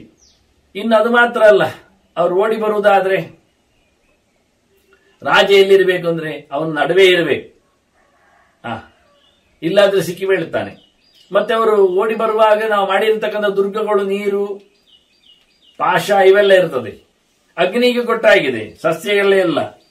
ಆದ್ರಿಂದ ಮುಖ್ಯವಾಗಿ ನದಿ ಮಾರ್ಗದಲ್ಲಿ, ನದಿ ಮಾರ್ಗೇಶ್ವರತ ಸಂಕ್ರಮಣವಸಾದೇತ್ಸ್, ಅಲ್ಲಿ ನದಿ ಮಾರ್ಗಗಳಲ್ಲಿ ಎಲ್ಲ ದೋಣಿಗಳನ್ನೆಲ್ಲ ತಪ್ಪಿಸಬೇಕು. ಬರ್ಲಿಕ್ಕೆ ಆಗದಾಗಿ ಅದರ ದಾರಿಗಳನ್ನೆಲ್ಲ ಬ್ರೇಕ್ ಮಾಡಬೇಕು. ದೋಣಿ ನೀರು ಇಳಿಯದಂತೆ ಮಾಡುವಲ್ಲಿ ಕಲ್ಲು ಬಂಡೆಗಳನ್ನಾಗಿ ಸಿಕ್ಕದಂತೆ ಮಾಡಬೇಕು. ಮತ್ತೆ ನೀರನ್ನೆಲ್ಲ ಓಡಿಸಿಬಿಡು. ಜಲಂ ವಿಸ್ರಾವೇ ಸರ್ವಂ. ನೀರಿಲ್ಲ, ದೋಣಿ ಬಿಡ್ಲಿಕ್ಕೆ ಆಗುದಿಲ್ಲ, ಈಜಿಕೊಂಡು ಬರುವುದಿಲ್ಲ. ನಡ್ಕೊಂಡು ಬರ್ತಾರೆ ಹೇಳಿದ್ರೆ ನದಿ ಅದು ಜೌಗು ಬೇರೆ, ಮಣ್ಣು ಬೇರೆ, ಗಲೀಜು ಬೇರೆ, ಕೆಸರು ಬೇರೆ, ಊತ ಹೋಗ್ತಾರೆ, ಬಿದ್ದೋಗ್ತಾರೆ. ನೀರನ್ನು ಜಾರಿಸಿ ಅಂದ್ರು ನೋಡಿ, ನೀರು ಓಡಿಸಿ ಬಿಡು, ನೀರಿಲ್ಲದಂತೆ ಮಾಡು. ಅಲ್ಲ, ಅಷ್ಟು ಪೂರ ತೆಗಿಲಿಕ್ಕೆ ಆಗುವುದಿಲ್ಲ, ತೆಗೆದಷ್ಟು ಬರ್ತದೆ. ಆ ನಮನೆಯ ಗಾಢವಾದ ಆಳವಾದ ನೀರಿನ ಆಶಯಗಳು ಹೇಳಿದ್ರೆ ಅದಕ್ಕೆ ಹೇಳ್ತಾನೆ ಅವಿಶ್ರಾವ್ಯಂಚ ದೂಷಯೇತ್. ಅದನ್ನು ಕುಡಿಯದಾಗಿ ಮಾಡಿಬಿಡಿ ನೀರನ್ನು, ಅದಕ್ಕೆ ಮದ್ದು ಹಾಕು, ಹಾಳು ಮಾಡು. ಯಾಕೆಂದ್ರೆ ಆ ಸೈನ್ಯ ಬರ್ತದೆ, ನೀರು ಕುಡಿಲಿಕ್ಕೆ ಹೋಗ್ತದೆ, ಮಲಗಿ ಬಿಡ್ತದೆ ಆಯಾಸದಲ್ಲಿ. ನೀರಿಗಾಗಿ ಓಡಿ ಗೊತ್ತಿಲ್ಲ ನೀರುಂಟು ಅಂತ, ನೀರಿಗಾಗಿ ಓಡುವ ನೀರು ಹಾಳಾಗಿದೆ. ನಿನಗೆ ಬೇರೆಯಾಗಿ ಮಾಡಿಕೋ, ಬಂದವರನ್ನು ತೆಗಿಲಿಕ್ಕೋಸ್ಕರ ಹಾಗೆ ಮಾಡು. 10 ವರ್ಷದಲ್ಲಿ ಹಾಳಾಗ್ತದೆ, 20 ವರ್ಷದಲ್ಲಿ ವಾಸನೆ ಬರುತ್ತೆ, 30 ವರ್ಷದಲ್ಲಿ ಬೇಡ ಆಗುತ್ತೆ, 10ನೇ ವರ್ಷದಲ್ಲಿ ಆಚೀಚೆ ಟ್ರಾನ್ಸ್ಫರ್ ಆಗ್ತಾ ಇರ್ತದೆ ನೀರು, ಮತ್ತೆ ಇಲ್ಲ. ಹಾಗಾಗಿ 40-50 ವರ್ಷ ಆದ್ರೆ ನೀರನ್ನು ಮತ್ತೆ ಕುಡಿಲಿಕ್ಕೆ ಬರುವುದಿಲ್ಲ ಕೈ ಹಾಕದೇ ಇದ್ರೆ. ಆನಮನೆ ಪಾಚಿ, ಆನಮನೆ ವಿಷಗಳು ಅಲ್ಲಿ ಸೇರಿಕೊಳ್ಳುತ್ತವೆ. ದೂಷಣೆ ಮಾಡು, ನೀರನ್ನು ಹಾಳು ಮಾಡೋದು. ತದಾತ್ವೇನ ಅಯತಿಭ್ಯಶ್ಚ ನಿವಸೇತ್ ಭೂಮಿ ಅನಂತರ. ಅದು ಮುಂದಿನ ದಿನ ಇರಲಿ, ಹಿಂದಿನದಿರಲಿ, ಆಗಲೇ ಇರಲಿ, ಆದಷ್ಟು ರಾಜ ತನ್ನ ಸೇಫಿಗಾಗಿ ಮಧ್ಯದಲ್ಲೇ ಇರಬೇಕು. ಭೂ ವಿವರ ಆದ್ರೂ ಪರವಾಗಿಲ್ಲ, ಗುಹೆ ಅಂತ ಅರ್ಥ ಮಾಡಿದ್ದು ಸರಿಯೇ. ನೆಲದಡಿಯಲ್ಲಿ ಇವನು ಇರ್ಲಿಕ್ಕೆ ಬರ್ತದ, ಮಾಡಿಕೊಳ್ಳಿಕ್ಕೆ ಅನುಕೂಲ ಆಗ್ತದೆ. ಮತ್ತೆ ಓಡಿ ಹೋಗುವುದಲ್ಲ. ಪ್ರತಿಘಾತಂ ಪುರಸ್ಯಾಜೌ ಯುದ್ಧ ಕಾಲೇಪಿ ಉಪಸ್ಥಿತಿ.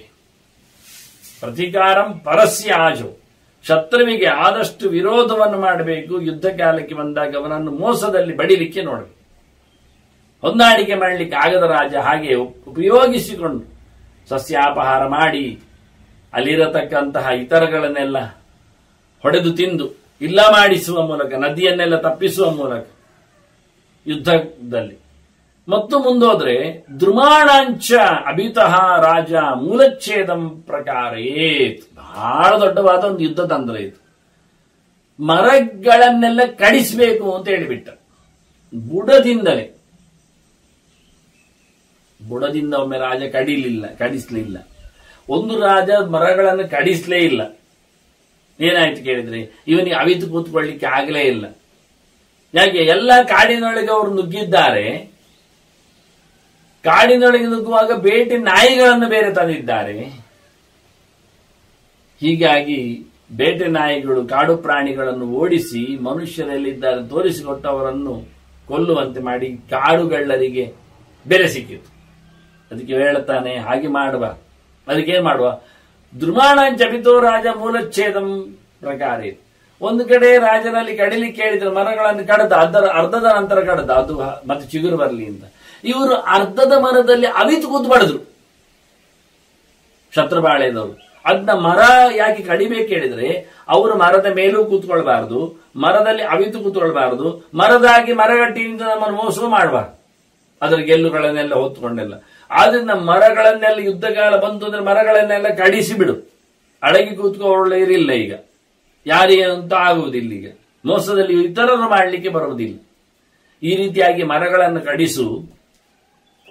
ಮತ್ತೆ ಹೇಳ್ತಾನೆ ಸರ್ವೇಶಾಂ ಕ್ಷುದ್ರ ವರ್ಷಾನಾಂ.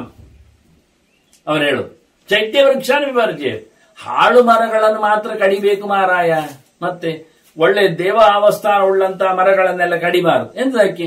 ಅಲ್ಲಿ ಎಲ್ಲ ಇರ್ತಾರೆ ದೇವತಾನಾಂ ಆಶ್ರಯಾಶ್ಚೈತ್ಯ ಅಂತಾರೆ. ದೇವತಾನಾಂ ಆಶ್ರಯ ಚೈತ್ಯ. ಚೈತ್ಯ ಮರಗಳು ಅಂದ್ರೆ ಸ್ಮಶಾನದಲ್ಲಿ ಇರತಕ್ಕಂಥ ಮರಗಳು. ಆಲ, ಅಶ್ವತ್ಥ ಮುಂತಾದವುಗಳೆಲ್ಲ ಬಹಳ ಕಾಲದಿಂದ ಇದ್ದಾವೆ. ಅವುಗಳೆಲ್ಲ ಯಾರಿಗೆ ಅಂದ್ರೆ ಅವುಗಳೆಲ್ಲ ದೊಡ್ಡ ಶಕ್ತಿಗಳಿಗೆ ತಾಣ ಆಗಿರುತ್ತದೆ. ಯಕ್ಷ ರಾಕ್ಷಸ ಭೋಗಿನಾಂ ಪಿಶಾಚ ಪನ್ನಗಾನಾಂಚ. ಯಕ್ಷರು, ರಾಕ್ಷಸರು, ಪಿಶಾಚರು, ಮತ್ತೆ ಹೇಳಲಿಕ್ಕೆ ಹೋದ್ರೆ ಗಂಧರ್ವರು ಇದ್ದಾರೆ, ಅವರು ಸೇರ್ತಾರಲ್ಲಿ.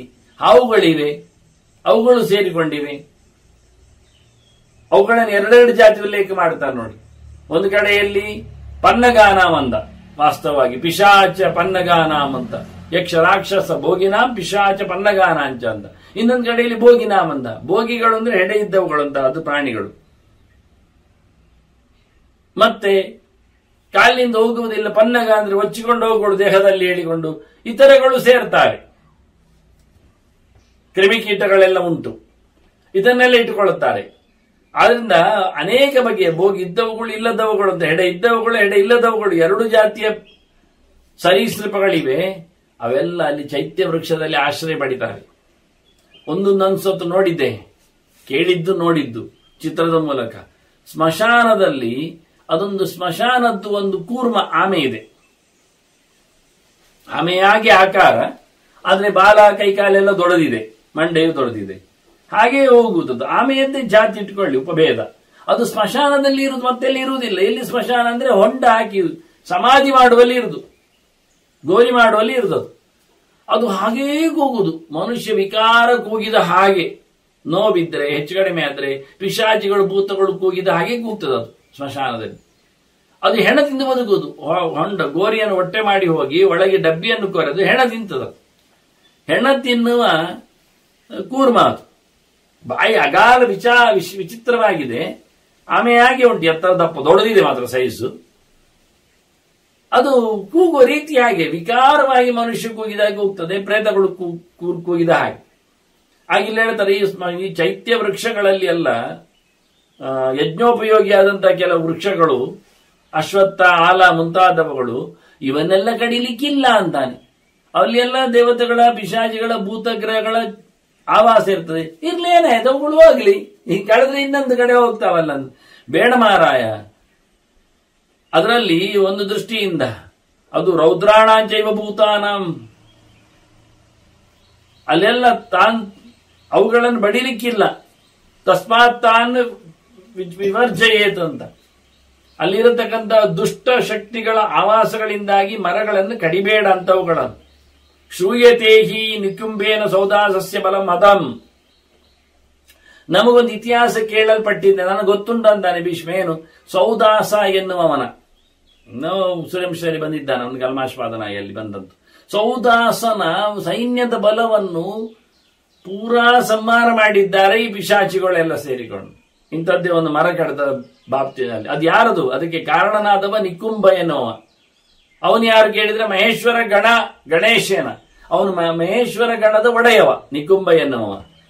ಅವನು ಪೂರ ಸೌದಾಸನ ಸಂಹಾರ ಮಾಡಿಬಿಟ್ಟಿದ್ದಾನೆ ಬಲವನ್ನು. ಎಲ್ಲಿ? ವಾರಾಣಸ್ಯಾಂ ನರಾಧಿಪ, ಕಾಶಿಯಲ್ಲಿ, ವಾರಾಣಸಿಯಲ್ಲಿ. ವರ್ಣ ಮತ್ತು ಹಸಿ ಎರಡು ನದಿಗಳ ಕ್ಷೇತ್ರ ಅದು ವಾರಾಣಸಿ.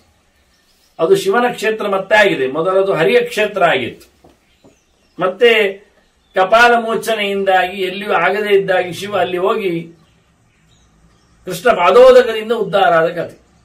ಅಂತಹ ಸೌದಾಸ ಒಂದ್ಸರ್ತಿ ಚೈತ್ಯ ವೃಕ್ಷಗಳನ್ನು ಕಡದದ್ದಕ್ಕೆ ಈ ಪಿಶಾಚಿಗಳಿಂದ ಅವನಿಗೆ ಉಪದ್ರ ಬಂತು.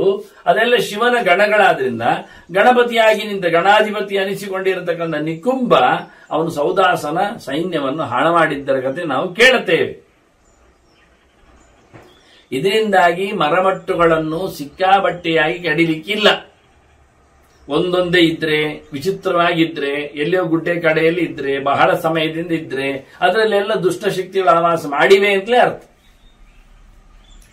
ನಮಗೆ ಕಾಣುವುದಿಲ್ಲ ಅವುಗಳ ಶಕ್ತಿ. ಹಾಗಾಗಿ ಅವುಗಳ ಉಪಟಳಕ್ಕೆ ಹೋಗಬಾರದು ಅಂತ ಹೇಳ್ತಾನೆ. ನೋಡಿ, ಮರಗಳನ್ನೆಲ್ಲ ಕಡಿಬೇಕು ಹೇಳ್ತಾನೆ, ಬೇಡ ಅಂತಾನೆ. ಕಡಿಯದಿದ್ರೆ ಅವರು ಅವಿತು ಕೂತದ್ದು ಸಿಗುವುದಿಲ್ಲ, ನಮಗೆ ಓಡಾಡ್ಲಿಕ್ಕೆ ಆಗುದಿಲ್ಲ. ಮತ್ತೆ ಮರದ ಮೇಲೆ ಹತ್ತಿ ಅವರು ಕುಣಿಕೆ ಹಾಕಿ, ಕೊರಳು ಹಾಕಿ ಮನುಷ್ಯನನ್ನು ಮೇಲೆ ಕೊಯ್ತಾರೆ.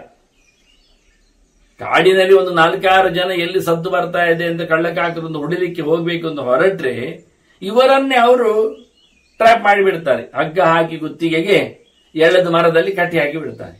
ಯಾರು ಮೇಲಕ್ಕೆ ನೋಡುವುದಿಲ್ಲ, ಹುಡ್ಕೊಂಡು ಹೋಗುವಾಗ ಕೆಳಗೆ ಮಧ್ಯದಲ್ಲಿ ನೋಡ್ತಾ ಇರೋದ್ರಿಂದ ಸಿಕ್ಕಿ ಬಿಡ್ತಾರೆ. ಹೀಗೆ ಪ್ರತಿಯೊಬ್ಬರನ್ನು ಒಂದಕ್ಕೆ 4 ಜನರು ಇದ್ದು ಬೇಕಾದ್ರೆ ನಕ್ಸಲೈಟ್ಸ್ಗಳಂತೆ ಕಾಡುಗಳ್ಳರು.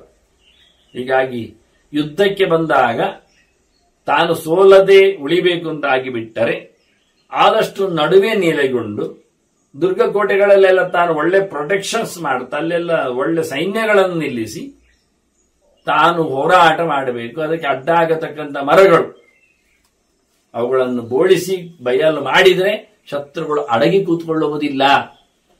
ತನ್ನವರು ಸಹ ಹಿಡಿಲಿಕ್ಕೆ ಅನುಕೂಲ ಆಗುವಂತೆ ಓಡಾಡ್ಲಿಕ್ಕಿದೆ. ಮರಗಳೆಲ್ಲ ಅಡ್ಡ ಆಗುವುದಿಲ್ವ? ಹಾಗಾಗಿ ಓಡಾಡ್ಲಿಕ್ಕೆ ಎಲ್ಲದಕ್ಕೂ ಅನುಕೂಲ. ಮರಗಳು ಅಡ್ಡಾಗುವುದು ಮನುಷ್ಯನಿಗೆಲ್ಲ ಅಂತಾದ್ರೂ ಕುದುರೆಗಳಿಗೆ, ಆನೆಗಳಿಗೆಲ್ಲ. ಅಂದ್ರೆ ಸೈನ್ಯದ ಓಡಾಡಕ್ಕೂ ಅನುಗುಣವಾಗಿ ಮತ್ತೆ ಅವರು ಅವಿತು ಕೂತ್ಕೊಳ್ಳದಂತೆ. ನೋಡಿ, ಗೋಮಂತದಲ್ಲಿ ಕೃಷ್ಣ ಏನು ಮಾಡಿದ? ಬೆಟ್ಟದಲ್ಲಿ ಅವಿತು ಕೂತು ಬಿಟ್ಟ ಜರಾಸಂಧನಿಗೆ. ಹಾಗಾಗಿ ಅವನ ಸೈನ್ಯ ಎಲ್ಲ ಸುತ್ತುವರಿದು ಮೇಲೆ ಕತ್ತಿ ಕೆಳಗೆ ಇಳಿದು ಬೆಂಕಿ ಹಾಕಿ, ಇವರು ಬೆಂಕಿ ಬೇರೆ ಹಾಕಿ ಅವರೇ ಹಾಕಿದ್ದು ಮತ್ತೆ ಮೇಲೆ ಕೆಳಗೆ ಮಾಡುವಾಗ ಅವರು ಮತ್ತೆ ಯೋಚನೆ ಮಾಡಿದ್ರು. ಕೃಷ್ಣ ಇಲ್ಲಿ ಓಡಿದ್ ಗೊತ್ತು ಬಲರಾಮರು, ಬೆಟ್ಟಕ್ಕೆ ಬೆಂಕಿ ಹಾಕಿ ಬಿಡುವ ಏನಾಗ್ತದೆ ನೋಡುವ. ಬೆಂಕಿಯಲ್ಲಿ ಅವರದ್ದೇ ಸುಟ್ಟಿದ್ದು, ಹೆಚ್ಚು ಪ್ರಾಣಿಗಳು ಮನುಷ್ಯರು ಎಲ್ಲ. ಮತ್ತೆ ಕೃಷ್ಣಾರ್ಜುನರು ಕೃಷ್ಣ ಬಲರಾಮನ ಏನಾದ್ರೂ ಕೇಳಬೇಡಿ, ಅವರು ಬೆಟ್ಟವನ್ನು ಒತ್ತಿ ನೀರಿಗೆ ಹಾರಿಸಿ ಬಂದಿದ್ದಾರೆ. ಬೆಟ್ಟವನ್ನು ಒತ್ತಿ ಹಾರಿದ ಯಾಕೆ ಅಂದ್ರೆ ಬೆಟ್ಟದ ಒತ್ತುವಾಗ ನೀರು ಮೇಲೆ ಬಂತು ಪರ್ವತದ ಸುತ್ತ, ಆ ಮೇಲೆ ಬಂದ ನೀರು ಅಲ್ಲಿನ ಹಿಡಿದ ಬೆಂಕಿಯನ್ನು ಆವರಿಸಿತು. ಇವರೆಲ್ಲ ಜರಾಸಂಧ ಕೃಷ್ಣ ಸತ್ತ ಅಂತೇಳಿ ಹೋಗಿ ಆಗಿತ್ತು, ಅವನ್ನೆಲ್ಲ ಹಾರಿ ಬೆಂಕಿಯನ್ನು ನಂದಿಸಿ ಅಷ್ಟು ವ್ಯವಸ್ಥೆ ಮಾಡಿತ್ತು. ಹಾಗಾಗಿ ಆದಷ್ಟು ನಮ್ಮ ರಕ್ಷಣೆಗೋಸ್ಕರ ಮರಗಳನ್ನು ಕಡಿದಿರೀರಿ, ಓಡಾಡ್ಲಿಕ್ಕಾಗತ್ತೆ, ಅವಿತು ಕೂತ್ಕೊಳ್ಳಿಕ್ಕೆ ಬರುವುದಿಲ್ಲ ಉಳಿದವರಿಗೆ. ಇಲ್ಲಾಂದ್ರೆ ಮರದ ಪಕ್ಕದಲ್ಲಿ ಮರದಾಗಿ ನಿಂತವರು ಕುಣಿಕೆ ಆಗ್ಬಹುದು, ಬಡಿಬಹುದು ಕತ್ತಿಯಲ್ಲಿ. ಹೀಗಾಗಿ ಬಹಳ ಚಂದವಾಗಿ ರಾಜ ಹೇಗೆ ಸುರಕ್ಷಿತನಾಗ್ತಾನೆ ಅನ್ನತಕ್ಕಂಥ ಅನೇಕ ಉಪಾಯಗಳನ್ನು ಇಲ್ಲಿ ಉಲ್ಲೇಖ ಮಾಡಿದ ನಡುವೆ ಒಂದು ಅಪೂರ್ವವಾದ ಪ್ರಮೇಯ ಅಂತ ಹೇಳಿ, ವೇದಾಂತ ಪ್ರಮೇಯ ಹೇಳಿ, ಈ ಮರಗಿಡಗಳಲ್ಲಿ ಎಲ್ಲವನ್ನು ಕಡಿಲಿಕ್ಕೆ ಬರುವುದಿಲ್ಲ, ವಿಶೇಷವಾದಂತಹ ಸ್ಥಾನಮಾನಗಳನ್ನು ಪಡೆತಕ್ಕಂಥ ಶಕ್ತಿಗಳಿರತಕ್ಕಂಥ ಮರಗಳಿವೆ. ಮೂಲತಃ ಬ್ರಹ್ಮರೂಪಾಯ ಮತ್ಯುತೋ ವಿಷ್ಣು ರೂಪಿಣಾಗಿರ್ತ ಶಿವರೂಪಾಯ ಹೇಳಿದ ಹಾಗೆ ಅನೇಕ ಮರಗಳಲ್ಲಿ ಅನೇಕ ದೇವತೆಗಳ ಶಕ್ತಿಗಳು ವಿಚಿತ್ರವಾಗಿವೆ. ಇದನ್ನೆಲ್ಲ ಹೇಳಲಿಕ್ಕೋಸ್ಕರ, ಅವರು ತಿಳ್ಕೊಳ್ಳಿಕ್ಕೋಸ್ಕರ ಇಂಥ ಮರಗಳನ್ನೆಲ್ಲ ಕಡಿಬೇಡಿ, ಇಂಥ ದುಷ್ಟಶಕ್ತಿಗಳು ಇರ್ತವೆ, ರಾಜನಿಗೆ ಎಚ್ಚರ ಅಂತ ಹೇಳುವ ನೆಲೆಯಲ್ಲಿ ಆ ರಾಜ ತನ್ನನ್ನು ರಕ್ಷಣೆ ಮಾಡಿಕೊಳ್ಳುವ ರೂಪದಲ್ಲಿ ಇತರ ರಾಜರು ತಮ್ಮ ರಕ್ಷಣೆಯನ್ನು, ತಮ್ಮ ಆಕ್ರಮಣವನ್ನು ಗಟ್ಟಿ ಮಾಡದ ರೀತಿಯಲ್ಲಿನ ರಾಜತಾಂತ್ರಿಕ ವಿದ್ಯೆಗಳನ್ನೆಲ್ಲ ಭೀಷ್ಮರು ಧರ್ಮರಾಜನಿಗೆ ಹೇಳ್ತಾ ಇದ್ದಾರೆ. ಮುಂದೆ ಅನೇಕ ಪದ್ಧತಿಗಳನ್ನು, ತಂತ್ರಗಾರಿಕೆಗಳನ್ನು ಹೋರಾಟದಲ್ಲಿ ಹೇಳುತ್ತಾರದನ್ನು ಮುಂದಿನ ಚಿಂತನೆಯಲ್ಲಿ ನೋಡುವ. ಮತ್ತೆ ವಂದನೆಗಳು. ಶ್ರೀಕೃಷ್ಣ ಅರ್ಪಣ. ನಾರಾಯಣ ನಾರಾಯಣ.